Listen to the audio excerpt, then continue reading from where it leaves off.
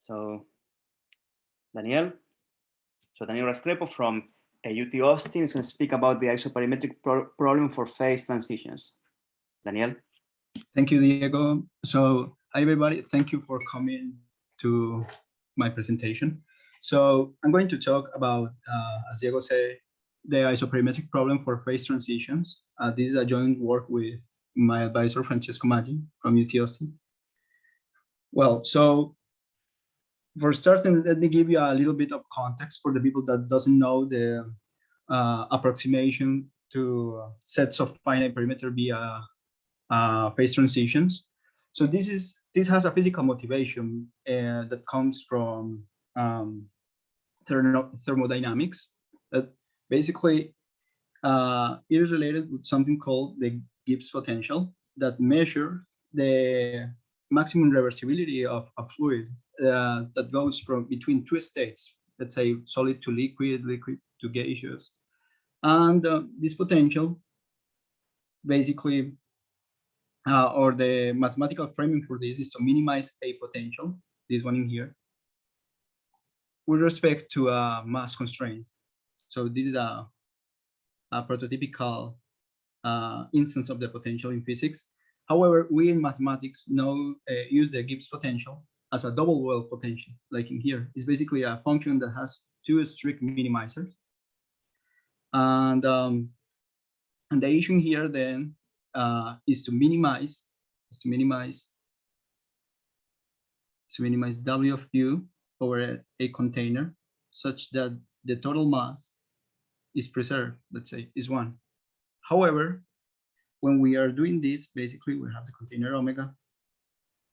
Under this configuration, basically, with a measurable function W, then all the minimizers will be basically partitions of the set omega, whatever they want to be. So we can have very weird partitions where U will be equal to alpha, the characteristic of this set, plus beta, the characteristic of the complement of the set in omega, where alpha and beta are the minimizers, such that the volume constraint is satisfied. So we don't expect under this scenario to have regularity whatsoever on the boundary. So, okay, usually in the literature, we have the minimizers to be -1 and 1, as you see in here, but that's not essential at all of the model. So this picture could be a little bit misleading. In any case, so the way in which this problem of the regularity of the boundary was solved, heuristically at least in the setting of physics, by van der Waals and by Kahn and Hillier, was by adding this gradient term, so that we don't have this splitting with characteristic functions with wild boundary behavior. Moreover, this problem can be rescaled, and we can start giving more weight to the Gibbs potential and less weight to the gradient term that prevents you from jumping. And this is what we know nowadays, like as the Allen-Kahn energy. And this is the Allen-Kahn problem, basically minimize this energy subject to a mass constraint. Sorry. Okay. So what is the mathematical setting of this? This was formalized by Modic and Mortola in 1977. So this problem is also called, or this functional is also called the Modic and Mortola functional. And they proved basically that if we have a sequence, they proved basically that this model approximates the problem of finding relative isoperimetric sets in a container. So what do I mean with that? Basically, they show that if they have a family of minimizers for each epsilon, then these minimizers will converge to a limiting point in L1, and this limiting point will be basically the characteristic alpha. It will be basically in here 1, let's say, and in here -1, provided, of course, that the double well potential has minimums at -1 and 1. And what is the nice feature of this? That the interface, this interface in here of the limiting of the limiting sequence, this is gamma epsilon, will converge in the end to a minimizer of the relative isoperimetric problem. So more precisely, what the proof was the following. So we consider the problem of minimizing the perimeter of a set subject to a mass constraint. Then we know that the solution of this will be a surface inside of a container, a surface inside of a container whose boundary has constant mean curvature.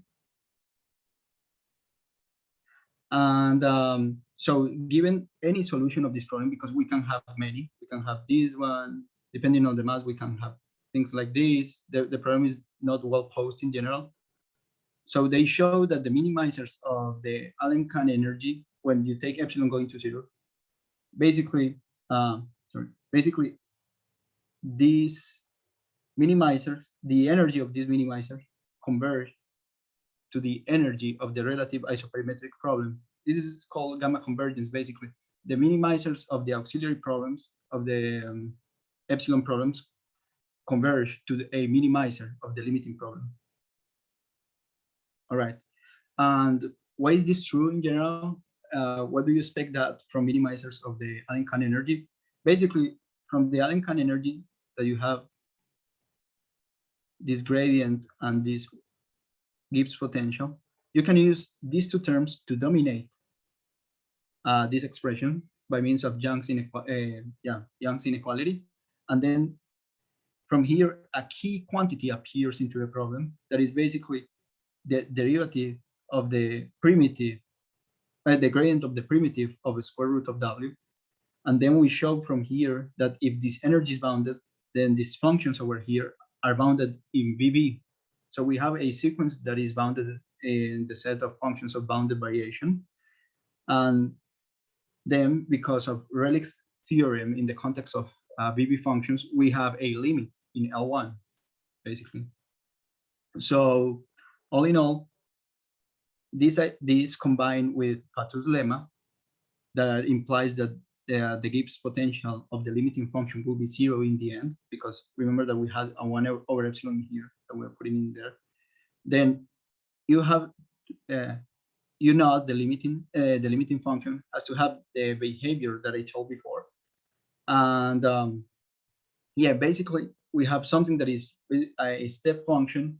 We have convergence in the set of functions of bounded variation. And because of that, and the Correa formula, it is possible to show that in the end, this perimeter of the interface will be a minimizer of the relative isoperimetric problem in the container. So this is more or less why this is a good approximation. This singular limit problem is a good approximation. Okay. But the aim of this talk is to approximate a different problem without container at all. So the problem that we have in mind is the classical isoperimetric problem that basically aims to minimize the perimeter without any container of reference. So we minimize the perimeter, the area, if we want, given a volume. And it is well known, very well known, that the minimizers, the unique minimizers of this problem are balls, and that this is the value function, basically, that behaves in a concave way in the volume. So we can phrase this in other terms, like if we have two sets with the same volume, there were one with less area will give it, will be given basically by the ball. Okay, and the quality is attained if and only if we have that E is a ball in Rn. Okay. So the phrasing of this problem in terms of the Allen-Cahn approximation will be to minimize the Allen-Cahn energy with respect to a volume constraint. So in here, the Allen-Cahn energy that we have in mind is the Allen-Cahn energy in the full space with a W of this sort. In here, W will have minimums at minimizers at 0 and 1, basically. So that our function will be basically, our limiting function should be the characteristic function of a ball. And as I was saying, basically now our functional is defined over the whole Rn. So now the question is, what is the right volume constraint for this global version of the Alenkant problem. Okay, but before saying that, I have to stress something important.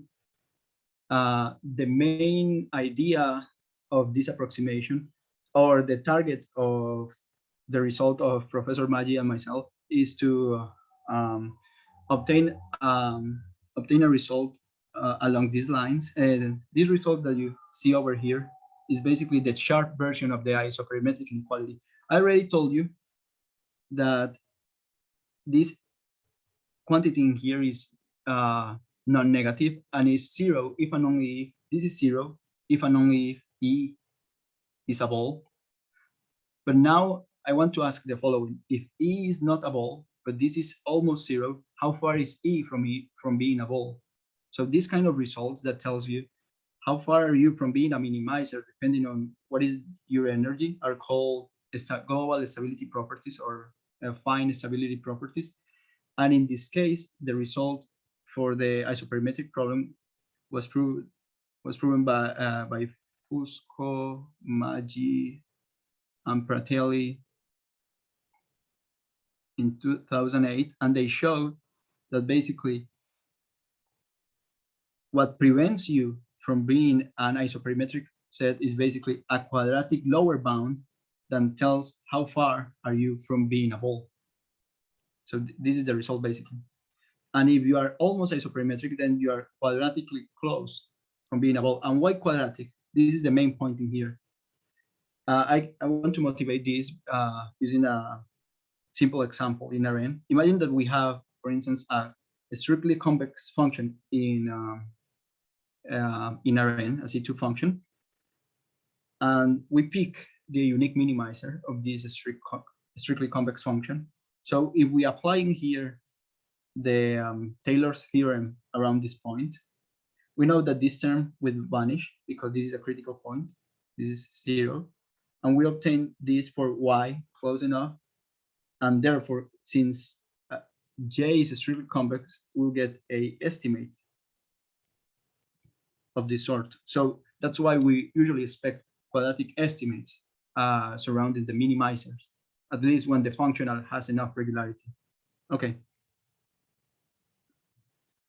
So what we are saying, in other words, is that if we define this quantity in here, that is the Frankel asymmetry of a set, how far is the set from being a ball, then the isoperimetric inequality can be refined. Now the perimeter is greater or equal than the isoperimetric constant times the volume, but we also have this extra term in terms of the fractal asymmetry. So we can improve a little bit the classical isoperimetric inequality.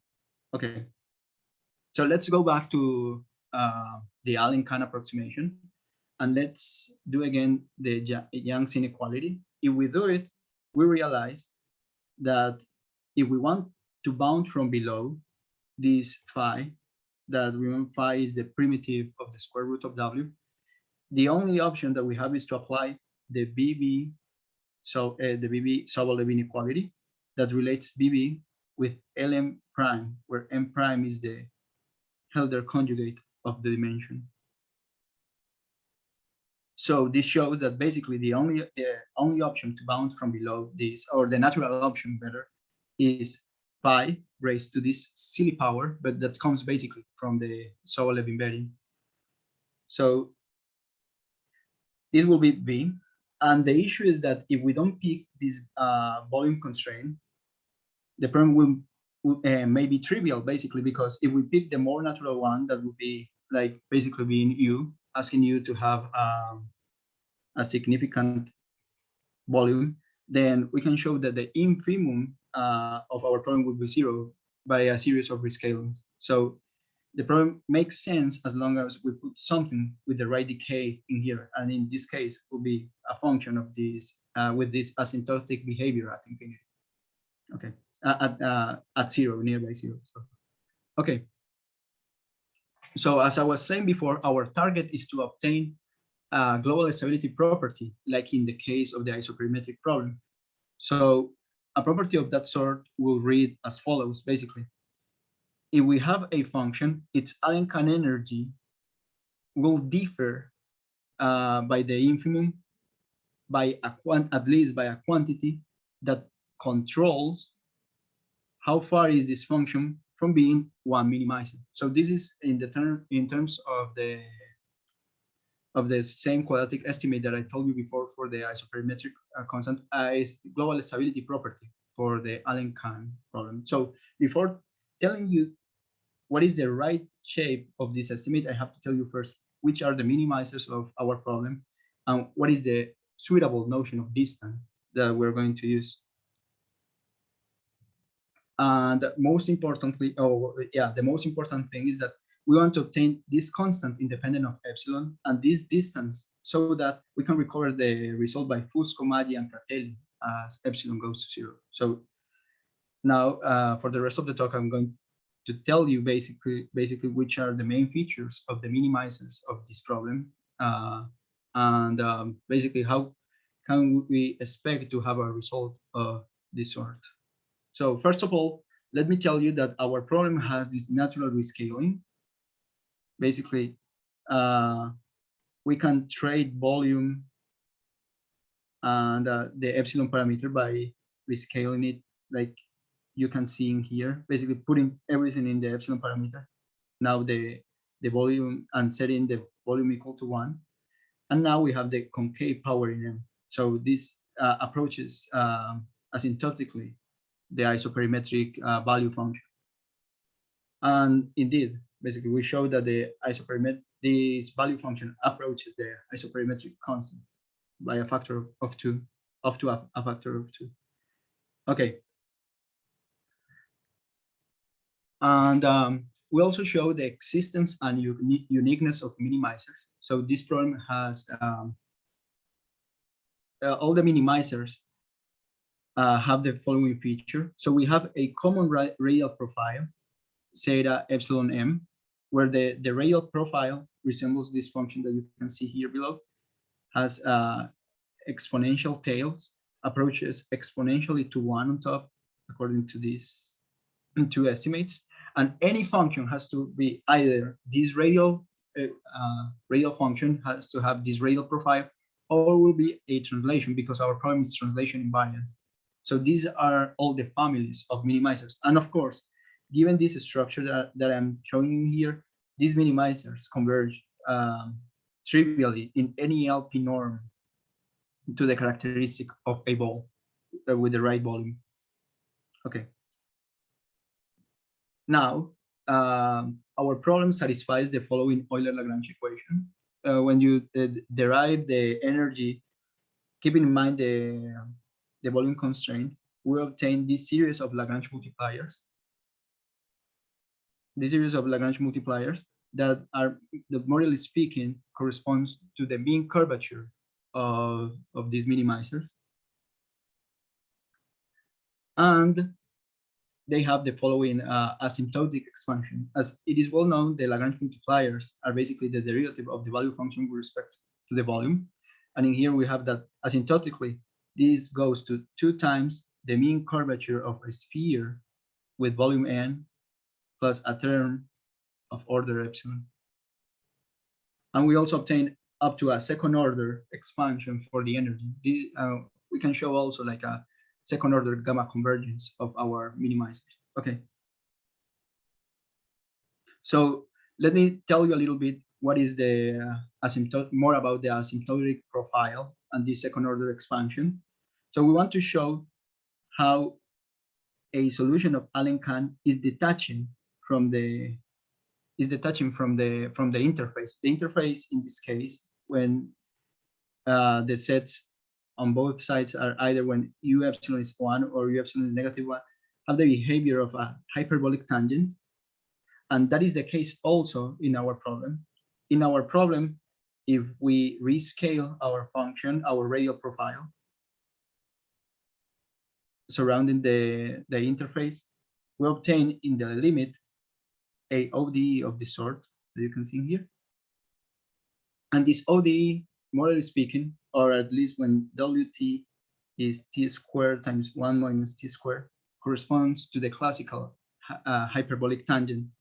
So this is telling us that our profiles are converging after a rescaling, to the hyperbolic tangent. So I know that I'm out of time, so I just want to say one more thing, is more about properties of our solution. But I want to say just a couple of words about our main result. So how did we prove our main result? That is basically this estimate that tells us that if we are close to be a minimizer, then we control what is the distance of u to one of the minimizers in this, under this notion of distance, that is basically the ln prime norm of phi of u minus phi of a minimizer to the 2n prime. So this is the notion of distance that we covered in the end. And the way to prove this result was basically by a symmetrization scheme that let us just concentrate in the real case. And in the real case, we use a technique that is called the selection principle by Cicalesi and Leonardo. This is a very well-known technique to prove stability estimates that consists basically in assuming that, our estimate holds. So the estimate that we want to show is that this deficit controls this asymmetry squared. Assume that this result fails, the result fails. And then after considering this contradiction sequence, define a series of auxiliary problems and find the minimizers of these auxiliary problems that will give you again a contradiction sequence with a better regularity, and then argue with that one and show that you get a contradiction. But I think that I don't have much time. Yeah, I want to leave it in here. Thank you very much.